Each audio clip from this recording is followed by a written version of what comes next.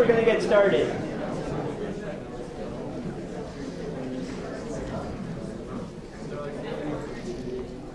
So I want to thank so many of you for coming out on a Friday afternoon and early evening. My name's Josh Garoon. Do I need to speak up? Is that what I'm seeing? Okay. My name's Josh Garoon, and I'm an assistant professor in the Department of Community and Environmental Sociology. And on the department's behalf, I want to welcome you all here. I'm just the warm-up act for Jack, but it's a genuine honor and pleasure to introduce Dr. H. Jack Geiger before he presents the 2014 Slesinger Lecture. I honestly could not be more excited that he's agreed to join us here today, giving a talk titled, Health Justice and Social Justice, Can We Lurch Toward Equity? But before I introduce Jack, I want to say a few words about Professor Doris Slesinger, in whose honor this lecture is named. Professor Slesinger earned a PhD in sociology here at the University of Wisconsin-Madison in 1973. She joined the faculty of what was then known as the Department of Rural Sociology a year later, and 10 years after that, she was promoted to full professor.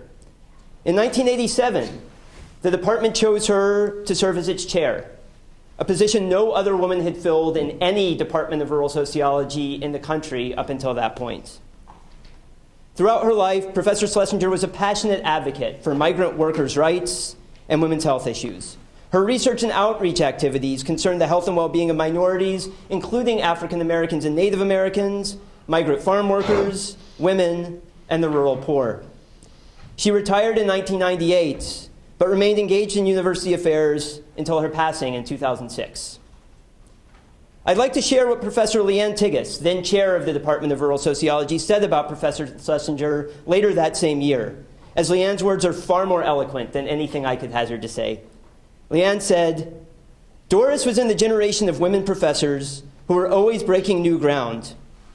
Academic women in the generations that followed have had a somewhat easier time because of the pioneers like Doris who forged the way, fought the early battles, and established the precedents. Doris actively and continuously tried to make our way easier by her service as an advisor and mentor to women graduate students and junior faculty. I've witnessed the love and loyalty felt by these women for Doris, and in the past months, their pain at losing her has been palpable. She was soft-spoken, but never unspoken. She was passionately concerned about fairness and justice, and she never forgot that people have many dimensions in their lives. Doris brought intelligence, honesty, and humor to all her activities and relationships. We will miss her, but we are so glad she was here for us. In 2007, the Department of Rural Sociology established the Doris P. Slesinger Fund using the $10,000 bequest that Professor Slesinger left to the department. The Department of Community and Environmental Sociology, the renamed Department of Rural Sociology, in collaboration with the Department of Family Medicine, subsequently decided to use the fund to support this Slesinger Lecture.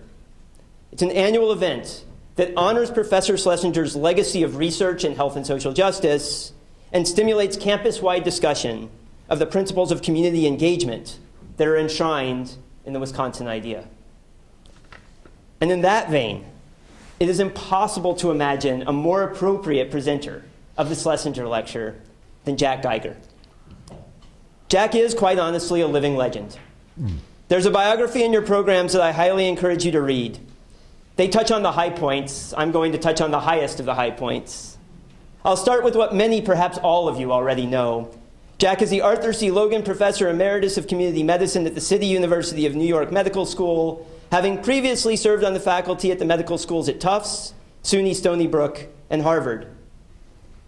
Jack is a founder and past president of both Physicians for Human Rights, which shared the Nobel Prize for Peace in 1998, as well as Physicians for Social Responsibility, which shared the Nobel Prize for Peace in 1985. In 1993, he was elected to membership in the Institute of Medicine. In 1998, he received that organization's Gustav O Lienhard Award, and in 1998, he was also awarded the American Public Health Association's Sedgwick Memorial Medal for distinguished service in public health. Jack is also, of course, the godfather of community health center models in the United States, having led the development of the current National Health Center network of more than 1,200 centers, currently serving some 22 million people, low-income and minority patients at 9,000 sites across the country.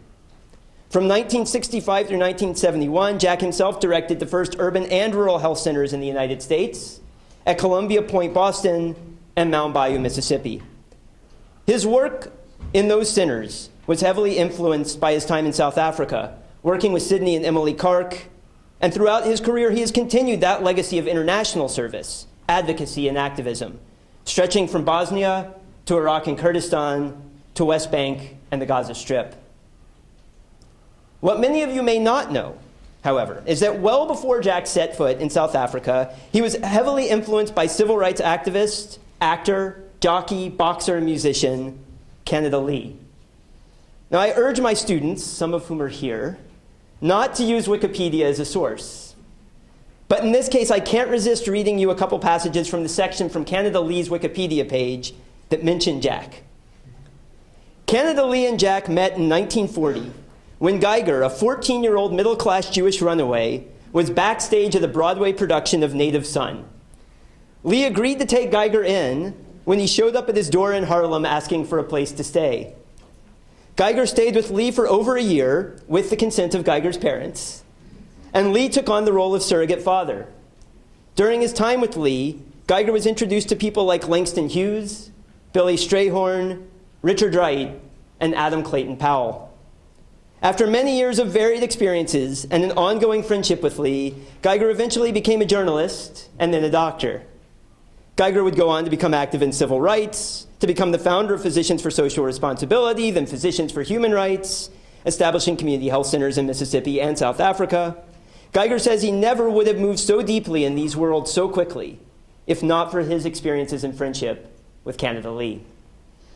And this leads me to one more bit of information about Jack that you might not know. He's one of ours. Jack matriculated at the University of Wisconsin-Madison as an undergraduate in 1941.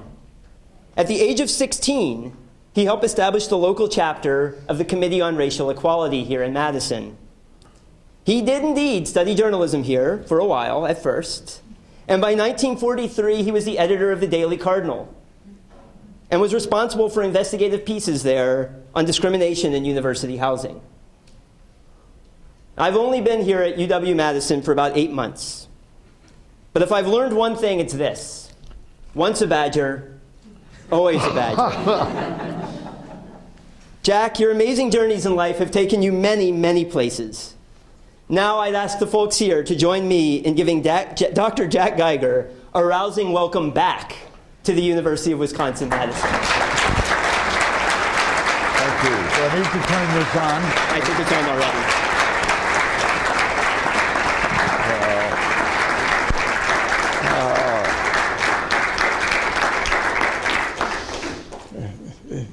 We'll talk a little bit at the end about the beginnings. It is interesting to be back. One of the reasons I was so pleased to be able to come here for this lecture, but not to dwell on how many decades it has been since I first arrived. I will add one little note of my memory of orientation that was offered to students in 1941. I arrived this somewhat bewildered 15-year-old from New York. I had graduated high school before that and had a Regents scholarship, but in their wisdom, no college would let me in. And finally, Wisconsin did, and I came out with the certainty that, among other things, all the girls were going to pat me on the head and tell me to come back when I made Eagle Scout. And the orientation consisted, as I remember, of they're taking us all out to the football stadium and teaching us to sing "On Wisconsin" and other cheers.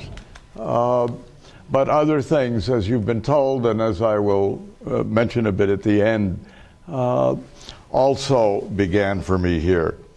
I have to explain just a little bit at the outset that this may be a little bit herky-jerky. I am I'm significantly visually impaired.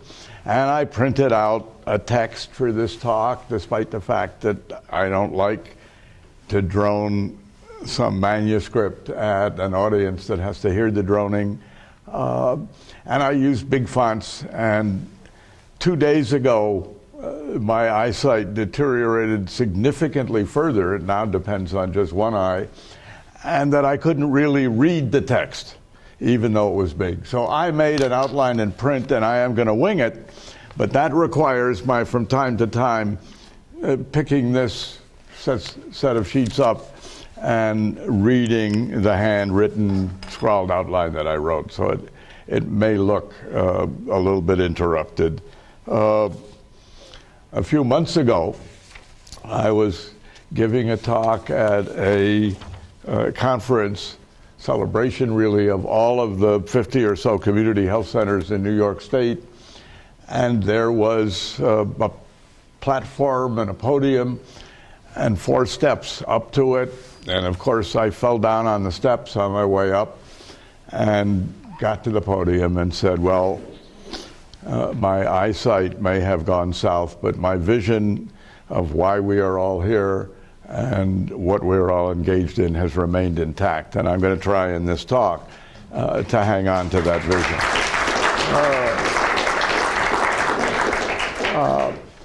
I should begin first by thinking that this subject and these titles would have resonated with Doris Slesinger. I had the opportunity to read some of her papers and read the abstracts of a bunch more, and these were issues that concerned her and that she worked on, sometimes at a time when not many other people in her field were doing so.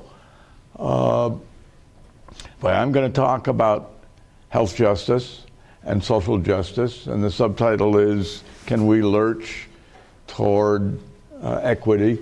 And I should begin by briefly defining a little bit of what I mean for these purposes by those terms. And it's not complicated. Health justice, for our purposes today, means equality of opportunity for health across the lifespan without regard to income or wealth or socioeconomic status or all the other economic, political, social, and environmental and related determinants of health status. It means an end to the difference in health status and outcomes of different groups and subgroups in our population. It means access to health care on the same terms, independent of income, wealth, ability to pay. One of the things that does characterize community health centers among some other institutions. And it means an end to what's been referred to as the disparities in the quality and comprehensiveness of treatment for individuals of different economic, racial, and ethnic backgrounds. And I know Josh, who is on one of the same listservs that I'm on, is aware of a recent lively discussion on that listserv over the fact that among all the developed countries, we're the only ones that call them disparities. Every other developed nation, and they all have these differences, call them what they are, inequalities, with the moral connotation that gives. I remember a vigorous conversation I had with an official in the Civil Rights Division of the Justice Department during the George Bush administration, who was very upset that the Agency for Health Research and Quality had just published a whole comprehensive analysis of what we then called these disparities. and insisted that that word was an outrage. They should just be called differences, because he didn't like the moral connotation that went even with disparities, let alone with inequalities. And by social justice, I mean the things we understand in general for a society that is based on equity, on equal treatment and enjoyment of human rights under law, on removal of the most gross inequalities in income and wealth, which there's good evidence harms all of us and distorts both our economy and our political system, as it does to varying degrees in other nations. It's important to note at this point, and I'm sure many of you in the audience are fully aware of this, of a counterintuitive truth, that while health justice and social justice are inextricably intertwined, there is only a modest contribution to healthcare that healthcare makes to the health status of different population groups.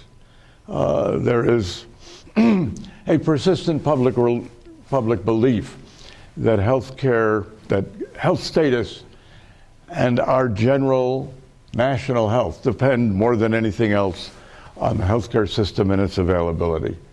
And that is clearly true for the individual. I wouldn't be standing here, many of you wouldn't be here without critical intervention by the healthcare system.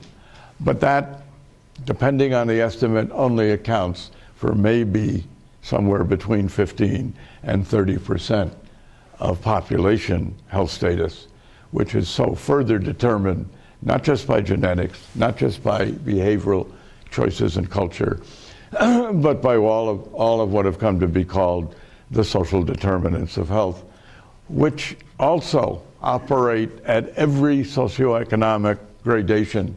This is not just a phenomenon of the poor, as it's often presented, but as the Whitehall study and much of the work of the WHO now on social determinants has so clearly indicated, operates all the way up to the top of our echelons of income and social status and power.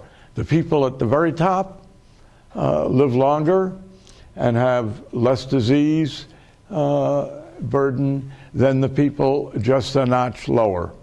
And so it goes all the way down to the people most heavily burdened at the bottom. So this is a set of indicators and a set of problems for all of us. And we need to understand that the routes to improving it, while they include the nature of the healthcare system, extend far beyond the healthcare system. Perhaps the best indicator of this, if we're looking for an indicator, is that one of the most powerful single indicators of the life expectancy of any individual in the United States is simply knowing the zip code of his or her residence. And that, of course, is a measure of socioeconomic status, of race and ethnicity in most cases, and of all these other social determinants that are predictors in the end for both the individual and the population group. So social justice and health justice mean an end, among other things, of those racial and ethnic and social class inequalities in health status across the lifespan and in life expectancy during that. And that in turn will require a real end in our society and in other societies to racial and ethnic discrimination, marginalization, and indeed to the demonization of the poor, a topic to which we'll return in a moment or two. So in talking about the social determinants, and we hear this phrase a lot, I think there is an even better phrase. My friend and colleague Paul Farmer has called it aptly, I think, structural violence. And it is structural violence against those on the short end of those determinants, those on the short end of socioeconomic status, those on the short end of the distribution of money and power, including political power, and those on the short end of exposure to environmental and social hazards of every kind. Part of and I guess I better also talk in this section about what do I mean by lurch. In asking, can we lurch toward equity? I use that word because I believe things are going to get worse before they get better, and that we are in for one of those long cyclic, relatively longer cyclic reversals of public attitudes for a whole variety of reasons that are going to impede change for a while. But I think that is no reason to abandon hope, and certainly no reason to abandon activism. And I think the very causes that, in my view, are a part of that cycle are going to prove in the end to be a part of the solution. Let's turn then for a moment. I think the other demonstration of that difficulty is the fundamental failure of Obamacare, much as it is a significant reform aimed at expanding coverage and doing what might be done to at least bend the curve of ever-exploding healthcare costs, was nonetheless unable really to approach any fundamental change in the structure of the healthcare system. It remains, in very considerable part, a private sector activity. It remains, in combination with other deleterious factors that, again, you are all aware of, it remains the commodification of healthcare, operating in a system in which political power is a function of what Jeff Sachs at the Earth Institute at Columbia has called our emerging corporatocracy. I always stumble over that word. Congress and state legislators that increasingly display features of the marketplace, all in combination making fundamental change difference. When I lecture to medical students about this, often this is the point at which somebody in the back of the room raises their hand and yells, "Isn't that socialism?"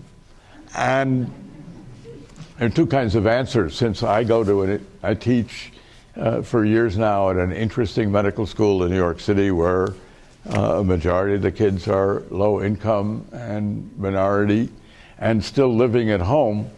And I ask them how they got to school that day, and they usually say the subway, and I say, oh, socialized transportation.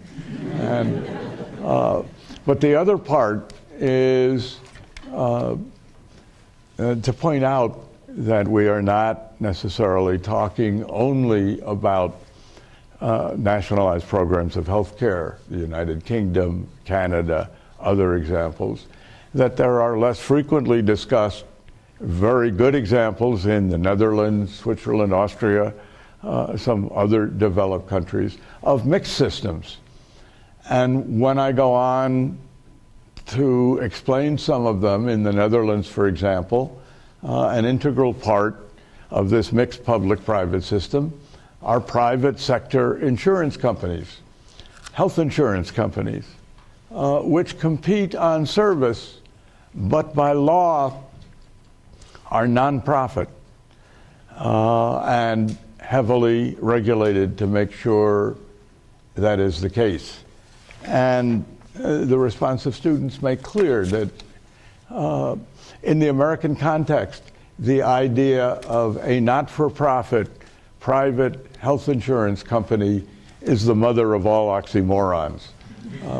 There is no way, by and large, to understand that in our system, but it is an alternative that's available to us as we look to the future. Now, there is lots of academic publication. All of the health policy people here, I'm sure, are aware of it. But we are indebted, among other people, to Elizabeth Rosenthal at the New York Times, a physician and a good journalist at the same time, who has been publishing this remarkable series of articles on the nitty-gritty of the flaws in our essentially commercial and commodified healthcare system. Not just its troubling variations in quality, not just the $21 million ophthalmologist that was in the newspaper the other day. That's not central.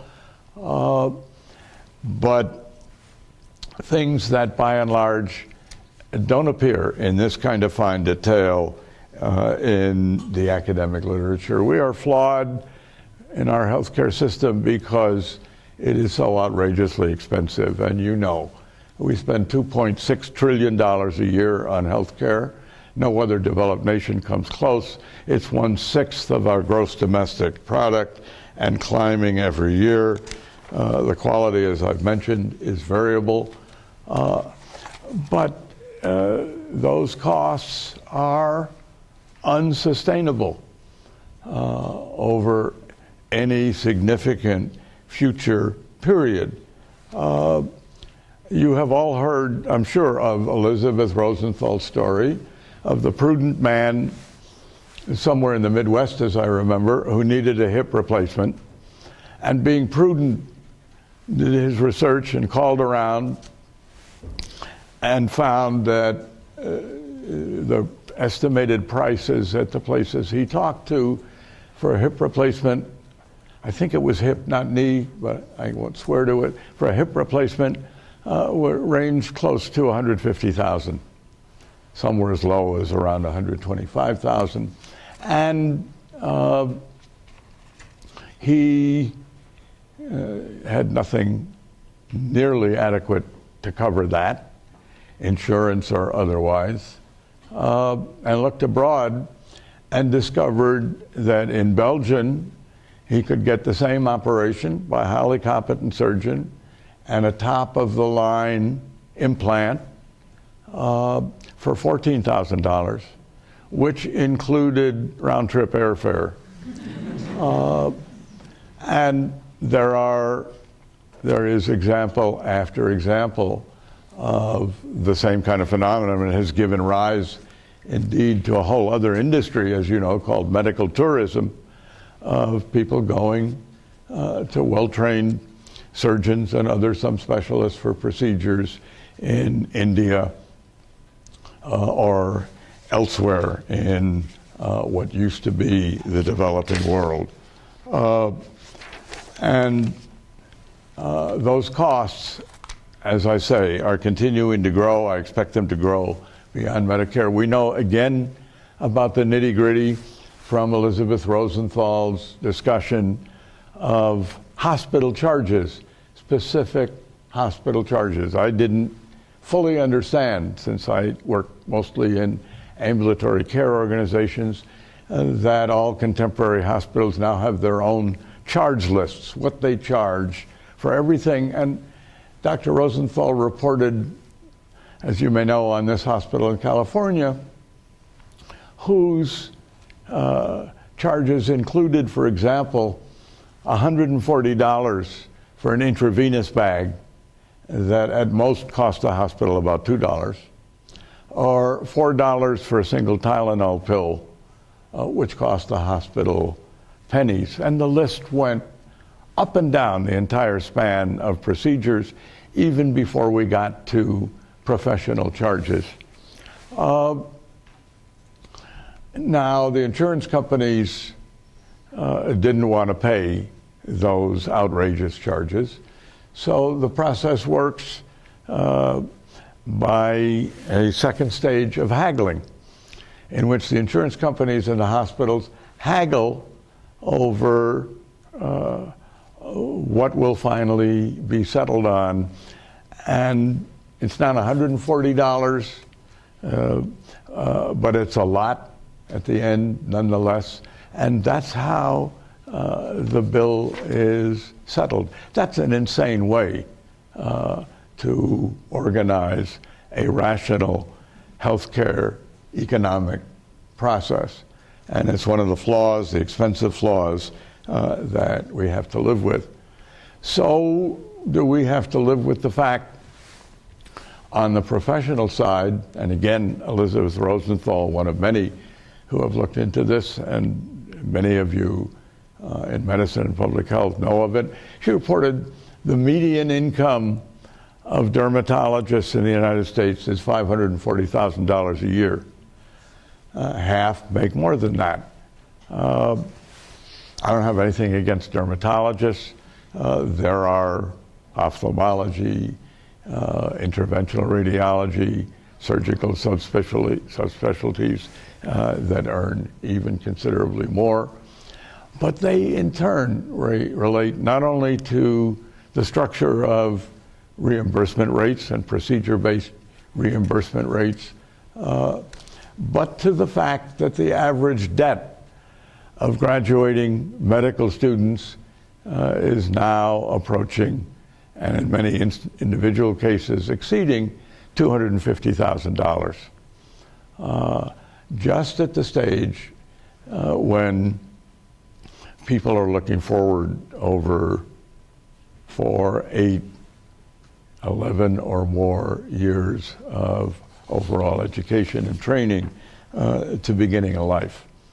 And that changes motivation, changes practice style, changes choice of discipline, changes avoidance of primary care, changes many of the other features that make the system irrational and unsustainable. I do think sooner or later it will have to change in radical and fundamental ways from the current context. But of course, that kind of change will require, can't happen in isolation, it will require change in that other rubric, the social order, social justice, the organization of our society itself. And on that front, the outlook in recent years has been equally gloomy, at least in the short term. We are far from being a post-racial society, the presidency notwithstanding. We are in many ways almost as much a residentially segregated society, particularly in urban areas, as we were before the so-called civil rights era, or civil rights revolution, as it is sometimes termed. Our schools, our public schools, are by and large as segregated as they were in many areas before Brown v. Board, north and south. And while there has been upward mobility of impressive dimensions for minority people of middle class, upper middle class, and occasionally even higher economic status, that's not where the averages or the medians lie. and the gaps between African Americans and Hispanics and whites within and between strata are as large in the main as ever they were. There are all kinds of indicators of this which we should not keep ourselves blind to. And certainly in my own research and that of many others, including some I'm sure in this room, on inequalities in care, there is ongoing evidence in the work, for example, of Michelle Van Ryn at the University of Minnesota, in the ongoing problems that African American men and women may have in getting catheterized for coronary artery disease, in getting coronary artery stents, in getting other bypasses, other interventions. Same patients, same lesions, same history, same symptomatic presentation, indeed same insurance coverage, usually under Medicare, and nonetheless rejected out of mostly unconscious assumptions on the part of the healthcare system and health professionals that they won't have family support structures, that they won't be adherent to complex postoperative treatment regimes, that maybe they're drug abusers, that maybe they are deficient in other ways. And all of this, most of this occurs without conscious recognition.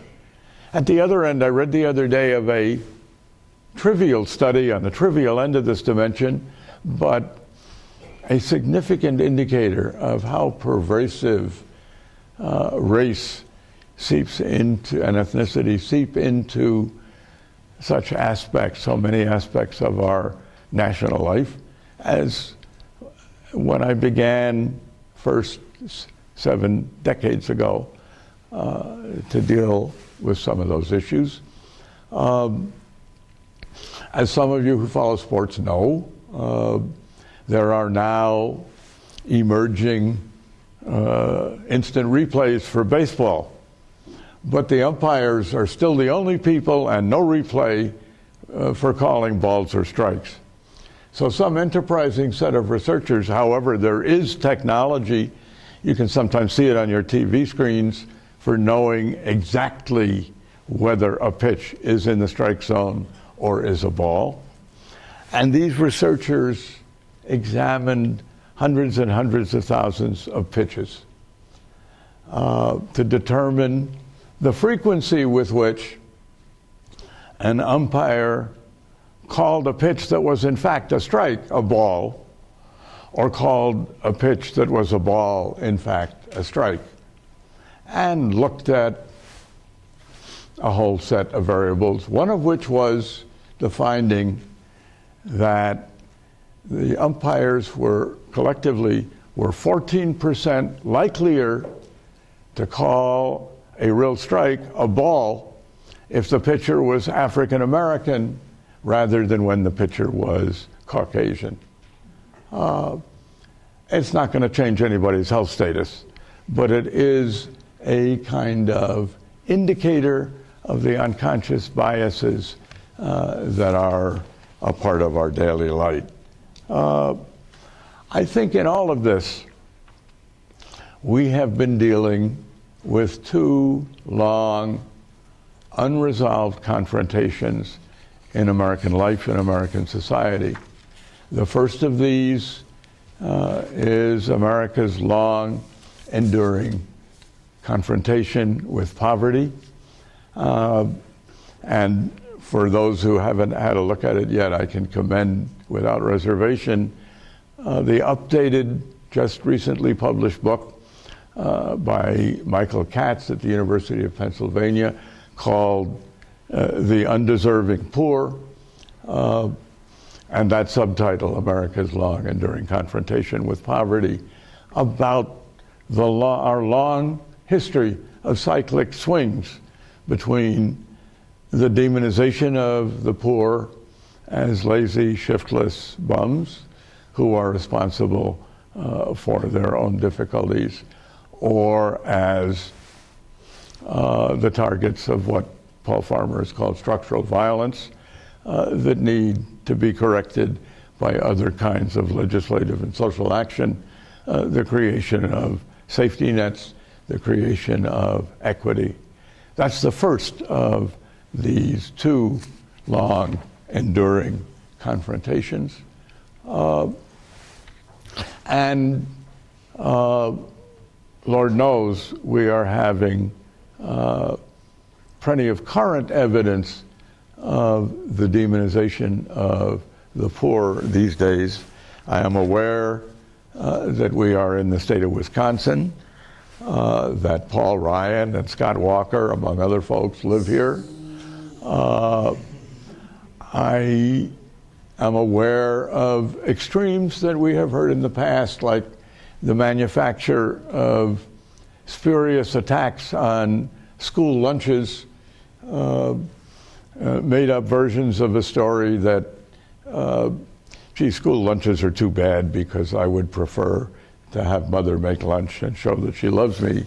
We don't deal with the fact that maybe there was no food to make a loving lunch with. But in that and other conflations of the demonization of the poor with race and ethnicity, and they are so conflated in our society in any case, I think Mr. Ryan was only channeling Newt Gingrich, whom some of you may remember from that last presidential primary season, proposed to an enthusiastically racist audience in South Carolina that little children who get school lunches should really be compelled to work as janitors so that they would learn the work ethic and realize what it's really like to have work and a career and pay for the things that you get.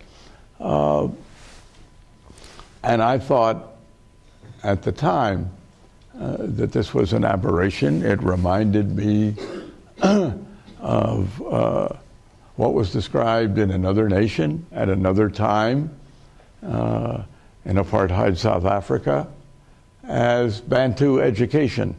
This is the way we set aspirational levels for children as to what they should be doing in the society in the future. Only it turns out that we are now in our public education, for example, expelling even or suspending even 4-year-olds from class 4 times as frequently African American or Hispanic 4-year-olds as white 4-year-olds. My favorite out on the margin example is a high school, I think in Georgia, actually in the name of zero tolerance. If you broke the rules, you were just sent to jail. It's a speedy route in the pipeline to prison for brief periods. And my favorite story was the teenager who was sent in Georgia to jail for 3 days for wearing the wrong color socks in violation of the school dress code. It wasn't clear to me if any white students had their socks examined at that time. In Florida, there was a 6-year-old having a tantrum, and apparently none of the school officials had children who had taught them anything about that. And they sent for the police, whose response was to handcuff the 6-year-old. These are not uncommon events in our society, and I offer them only to buttress my argument that we are far from a post-racial society, that this is the second long, enduring, unresolved confrontation in American society and American decision-making, that in fact we will have to resolve both of these if we are to have any realistic prospect, among other things, of fundamental reform, fundamental restructuring of the healthcare system as part of that overall social change.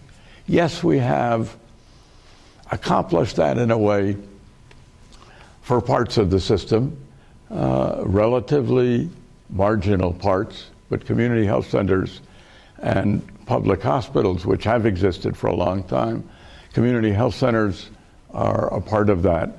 I don't think any of my colleagues, certainly not I, envisioned when we began by adopting this essentially South African model of community-oriented primary care that began in the 1940s and continued until almost 1960, when the full apartheid regime came into office and snuffed it all out, and its developers left for the US and Israel.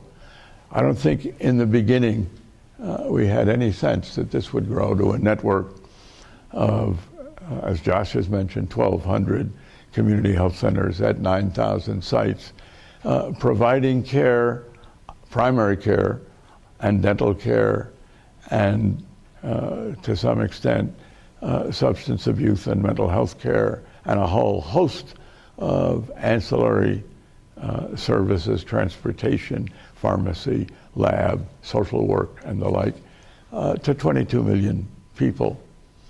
We continue at the same time to be, as we have been for decades, leaders in the developed world of the percentage of our children who live in poverty. 22% nationally, 1 in 5 at least of children in the United States live in poverty. In New York City, where I come from, it's close to 25%, 1 in 4. And we know a whole issue of the proceedings of the National Academy of Sciences a year and a half or so ago, and much work since then, the work of Nancy Adler and others, documenting that severe childhood adversity, a euphemism for poverty, food insecurity, housing insecurity, stress, neighborhood instability, limited opportunity for early education, limited opportunity for play in safe environments even, are all reflected very early on in identifiable structural change in the brains of these children. In Nancy Krieger's term at the School of Public Health at Harvard, the literal embodiment of social determinants of health status, and without question have a powerful effect on subsequent life achievement, subsequent problems, subsequent education, subsequent interaction with others. These are unresolved confrontations, I would argue, that are in this cyclic stage. We have been through them before, we will be through them again, are significant causes, if not the only cause, of the kinds of attacks that are occurring now, when again in Mr. Ryan's budget, 67% of the multi-billion-dollar budget cuts are on programs for the poor and middle class, mostly for the poor. These are the reasons that appeals are made successfully to many populations to vote against their own evident economic and social interests, including that of their children. The most recent example being in this case, assault on funding for public education in Kansas, which reached the point at which the Kansas Supreme Court had to say this is a violation of the state constitution, which promises a sound and effective public education for everyone. There is no other way really to explain how easily significant segments of the population are being led to vote against their own interests. I think one of the reasons, and this is the end point, I guess, of my argument, one of the reasons that is happening, one of the reasons that there is this return with intensity of these myths of culture of poverty, these myths of demonization, these truths of the conflation of poverty and race, the myth of post-racialism. One of the reasons all of this is happening at this point is the awareness of a looming demographic shift in which within a few decades we will be a majority-minority nation and population.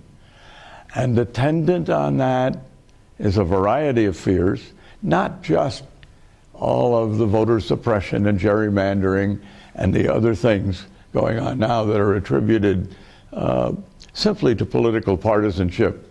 Let's suppress the votes of those who are likely to vote against us, but at a deeper level because there are fears of culturally and politically what this demographic change will mean, and of the loss of white privilege, which again,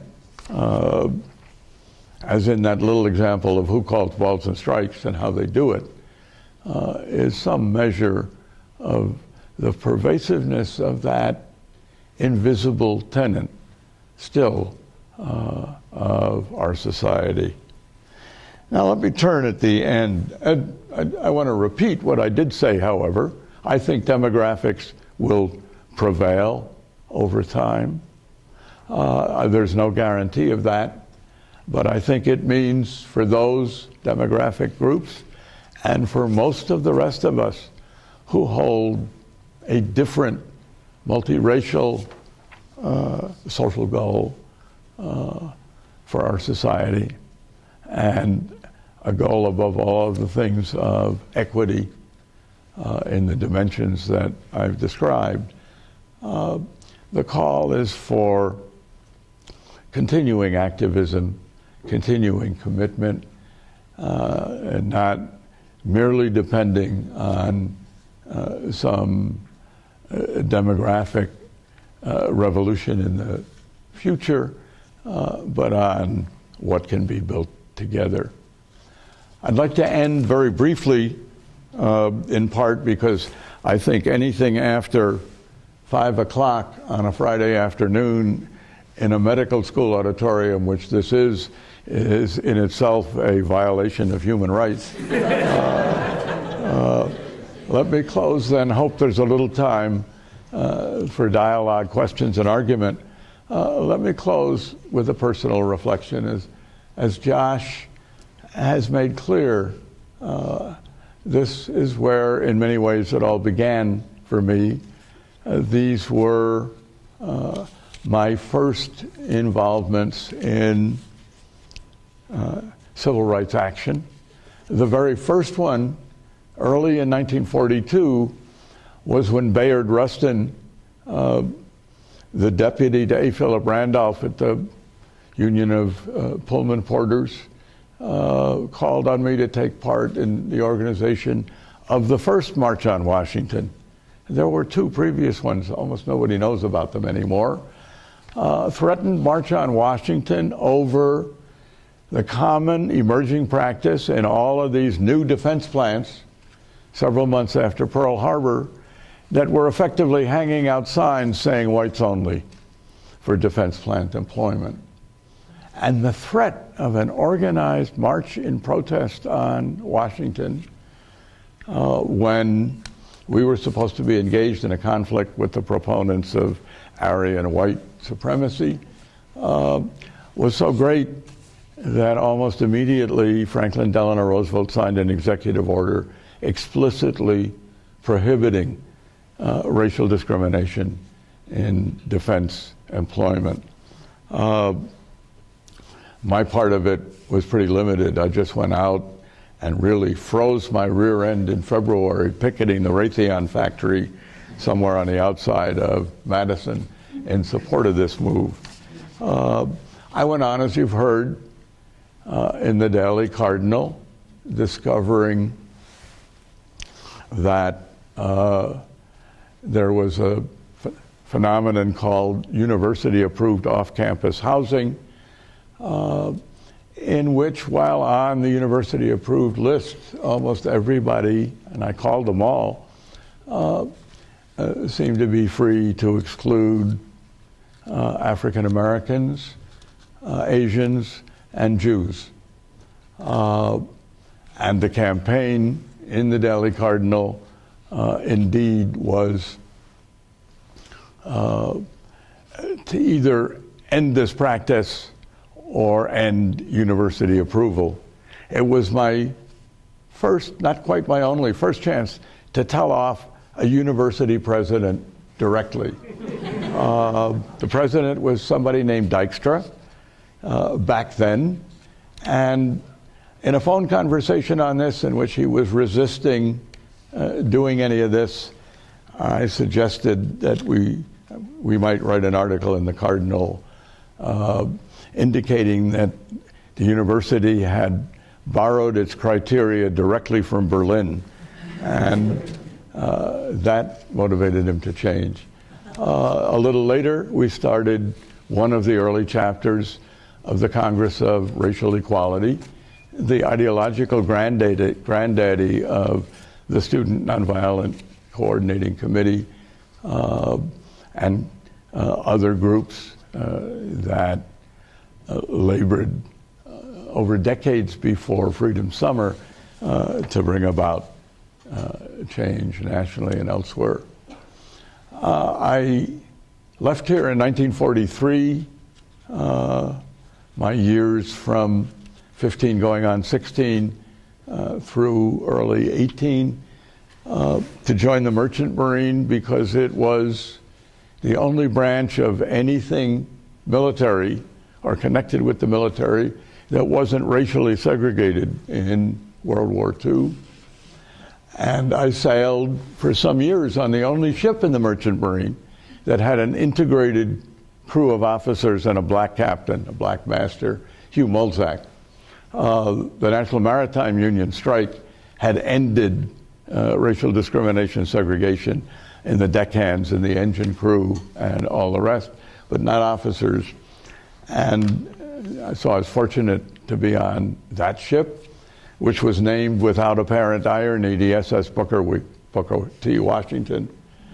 And then went to the University of Chicago, where it happened all over again, and discovered that the Lying-in Hospital flatly banned any black woman from giving birth there.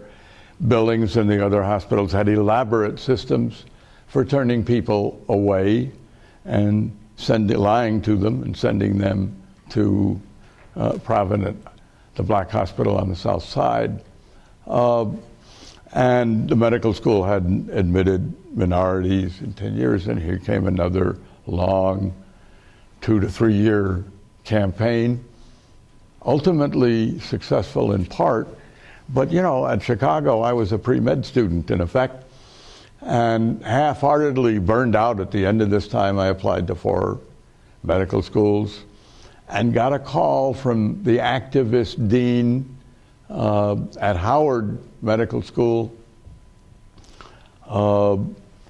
Montague Cobb, saying, whom I had enlisted in the effort to find applicants to the University of Chicago Medical School, so that they couldn't claim, as they falsely did, that they couldn't find qualified applicants. And Dr. Cobb said, you're applying to medical school and you're in big trouble, you better come see me. So I went down to Washington. I thought, how did he know? I didn't apply to Howard or any other school. And he showed me a letter from a vice president of the American Medical Association calling attention to my extracurricular activities, the kiss of death, but to any admissions committee. But the AMA, not being too swift, had sent it to every medical school in the country, including Howard and Meharry, the two black schools. And so they knew right away what this was about. And I was offered a place at Meharry. Because Merchant Seaman didn't get GI Bill, I had supported myself by working as a journalist at night in Chicago through all of this. And so I was a competent journalist, and I'd had a pretty good undergraduate pre-med education in science. And for the next 5 years, I covered science and medicine for the old International News Service, one of the three wire services, what is now the I and UPI, and got a gorgeous education in medicine and medical science, better than anything I had learned as a pre-med. And then decided, to hell with the AMA, I was going to medical school, and assigned myself to cover the annual meeting of all the medical school deans, the Association of American Medical Colleges, on the Willie Sutton bank robbery principle that if you wanted to go to medical school, go to where the deans are. And was fortunate to go to Western Reserve, which had the first integrated curriculum and the unique idea that medical students were graduate students and junior colleagues and ought to be treated as grown-ups. And while there, had suddenly the revelation that medicine itself could be an instrument of social change. That in fact, almost any discipline one names could be an instrument of social change. And because of those subsequent events, I would get called out from time to time to give a commencement address at one medical school or another. And I always ended them to these newly minted physicians in an attempt to underscore their dual obligation, not just to the individual patient, but to the society, to populations, and to the least among us, to listen to a quote at the end of a book that almost all of them, and most of you, I suspect, read in high school, Albert Camus' The Plague, the story of an outbreak of bubonic plague in a North African town, which was transparently a metaphor for the spread of fascism in Europe and a moral exploration of the behavior of those who, in response, behaved well or behaved badly. And at the very end, reading that book, one discovers that the narrative voiced throughout has been that of a physician, a Dr. Ryu. And musing at the end, he reflects that this terror, what could be called this long, enduring confrontation, would surely occur over and over again, as it has in one form or another in our own society, in our own history. And he says in response to that, and I quote, that will require involvement by all those who, while unable to be saints, refuse to bow down to pestilence, understanding pestilence as being something social as well as biological. all those who, while unable to be saints, refuse to bow down to pestilence and strive their utmost to be healers. I think that's a prescription for everyone. I'm going to stop saying it just to medical students, and I'm happy to have the occasion to be here and to say it to you. Thank you for your time and attention today.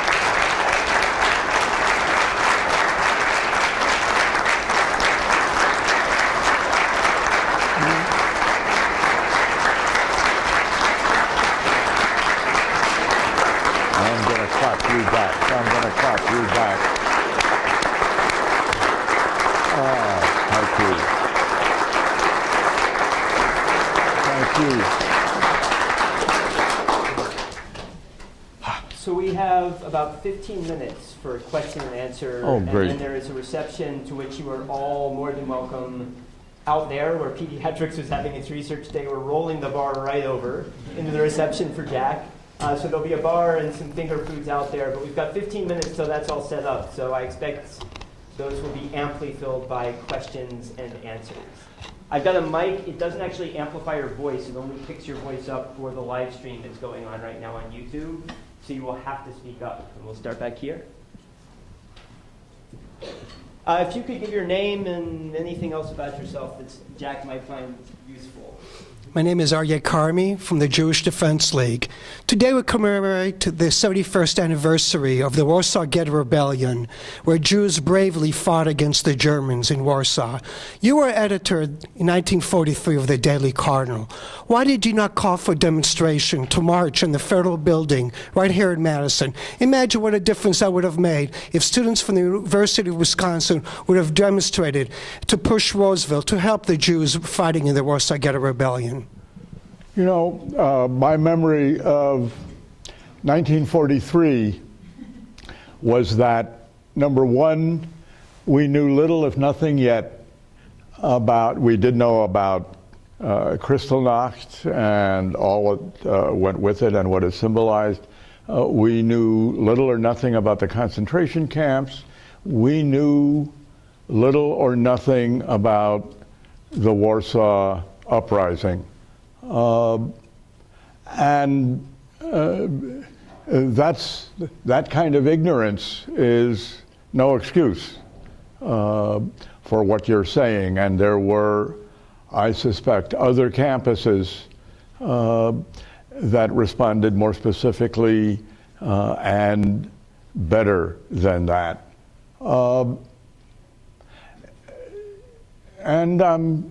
What makes me particularly penitent about that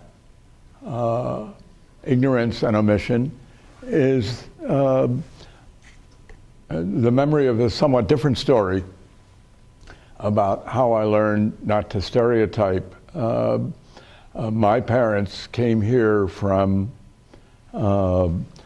Austria and Hessen, Germany when they were young. And my mother came from a little village called Kirthof, and like many other Jewish families, we were much involved in the 30s in trying to haul relatives and even distant family members out of there. And from time to time, people would appear in our living room and tell their stories of what had happened to them. And I learned about the Nazi beast from them. And it was clear to me that this was all Germans, until the very last people, just before the outbreak of war, to get out some cousins from my mother's village who had gotten their visas, and the Nazi authorities were furious. And on the day before they were to leave for America, commanded all of their neighbors to go out at twilight and stone their house. And my parents translated from the German for me. These neighbors dutifully went out and threw loaves of bread. And that was when I felt the first kind of direct connection, that whole set of episodes, with the events you're describing. And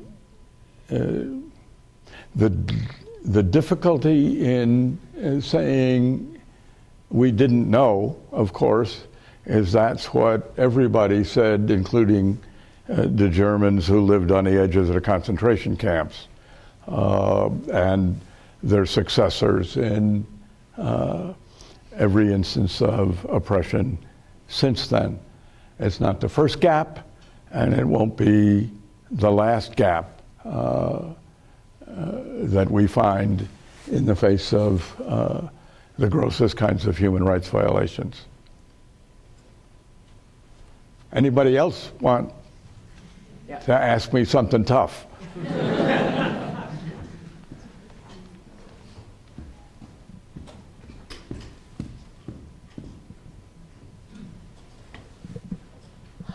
I was just wondering, you've obviously seen change over many years, and I've wondered, have you seen individual people change? People who have maybe held racist views or other type of views, and have you seen them change over time? Or is it more just a new generation? Or I guess I want to know if you have, and how does a person, how do people change how they see the world? It's a lot of that has happened, and I'll give you, for instance, in a minute. And a lot of it, if you look at the history, cyclically and periodically recurs.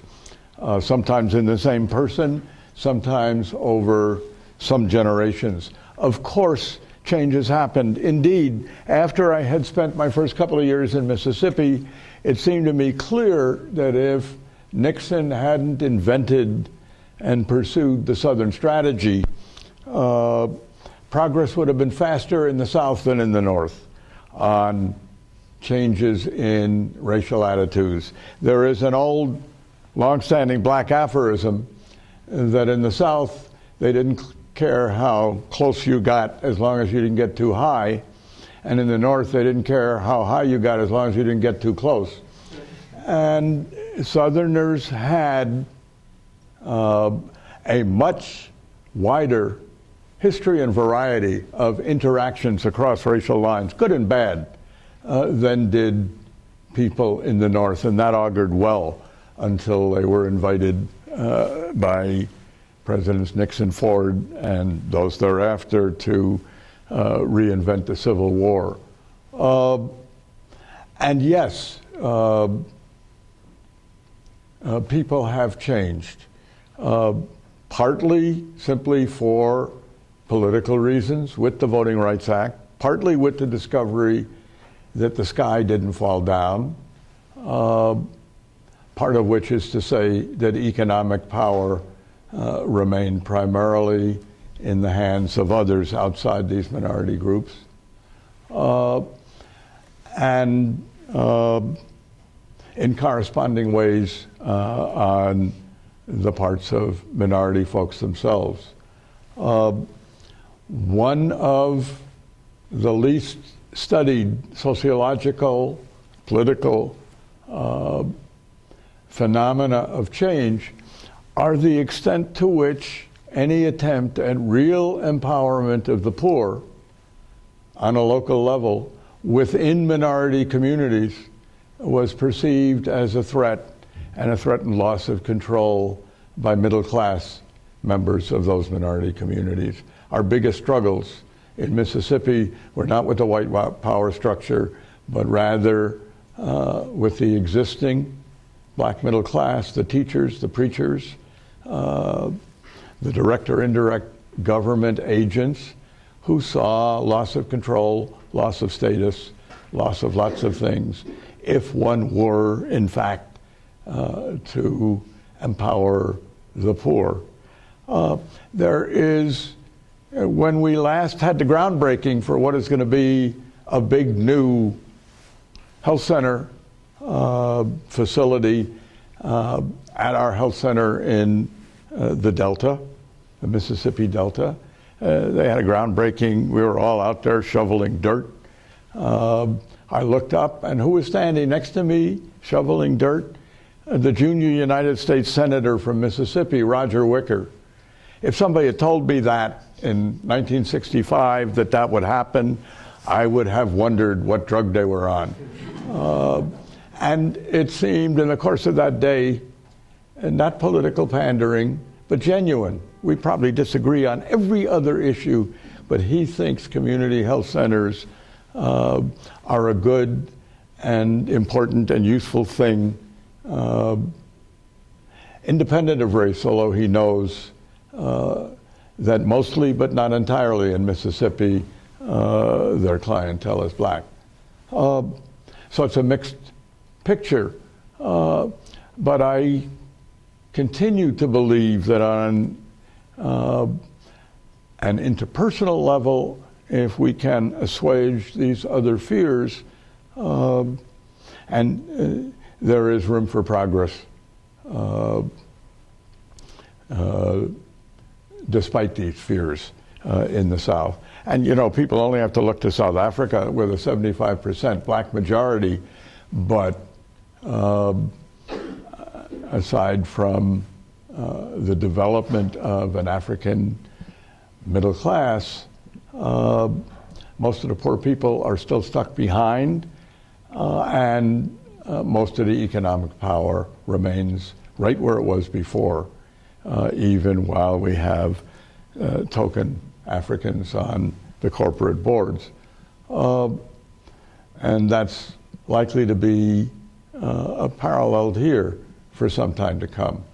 But this long-winded answer to your question, of course, both personal change and social change are possible. And some kinds of change are independent of attitude. One of the things we discovered, again in Mississippi, is if we took a lady from a plantation shack surviving on maybe $3 a day for cleaning people's houses,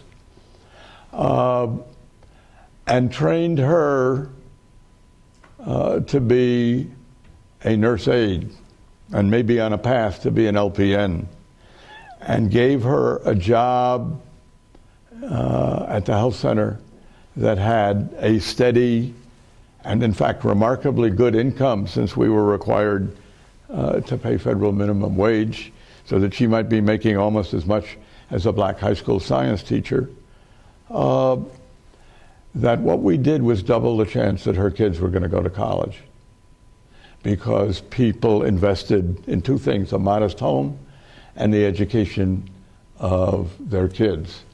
And so it's what the cardiologists call antegrade, forward flowing. And you see the outcome in what happens to the next generation.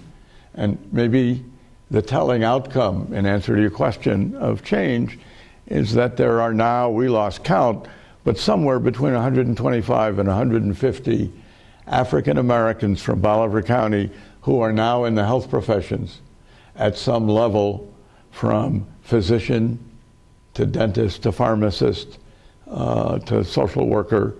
One is the dean of a social work school, to technician. And that, I think, would not have happened without this kind of intervention. We need to invent more of that kind of intervention. I'll do one more, or I'll be breaking my own rule about human rights. Jim Cleary, medical oncologist, palliative care physician.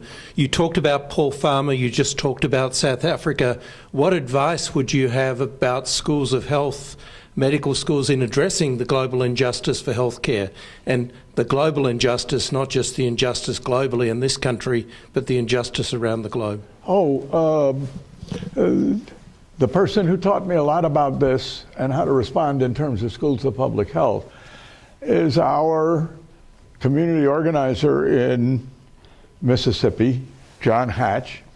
There are, I have to explain, such ties between Sidney Clark and Emily Clark and his colleagues, a lot of whom ended up in Chapel Hill at the University of North Carolina School of Public Health, including the great social epidemiologist John Castle, who once was clinical director at the the rural Palala Health Center in South Africa, which was the landmark. And John Hatch left us and went on, at their insistence, to doing a doctorate in public health at Chapel Hill. And the minute he had it, they hired him and the faculty. And he then started a campaign for the expanded admission to the School of Public Health of minority students, particularly African Americans, who were very underrepresented. And he succeeded, together with others, in accomplishing that. And a lot of those kids with poorer previous preparation had academic difficulty, and there was a backlash, not necessarily racist, but race-tinged. Here are these kids, and look.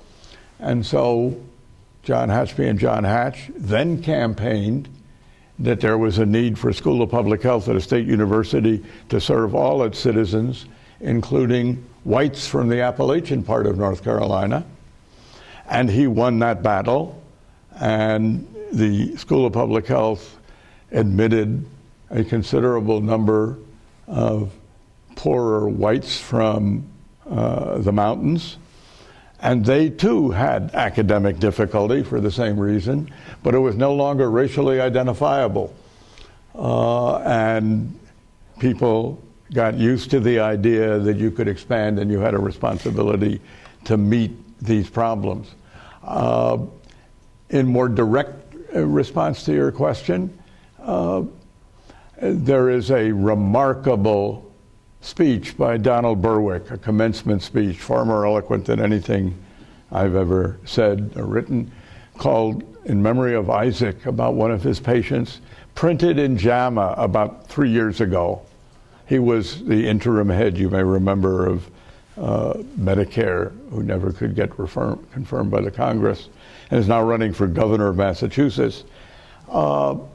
This appeal for dual responsibility to the individual patient, but also to population health and the status of groups.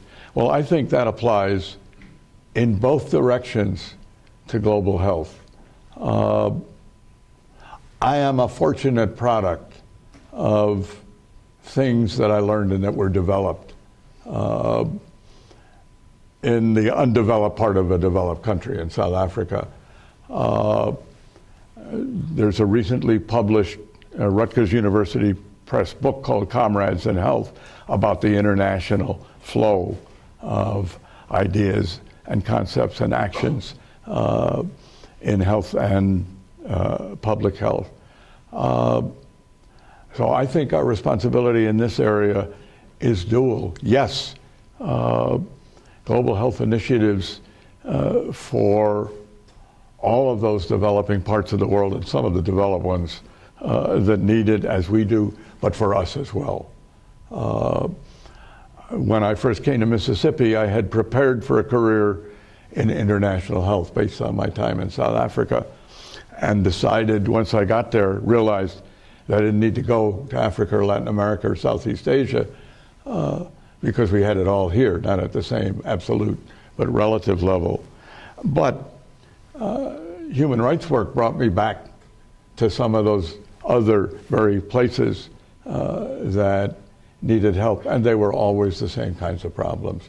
So it's a responsibility for both. I'm going to stop here and let you go to the reception, and we'll talk there. Thank you for your comments.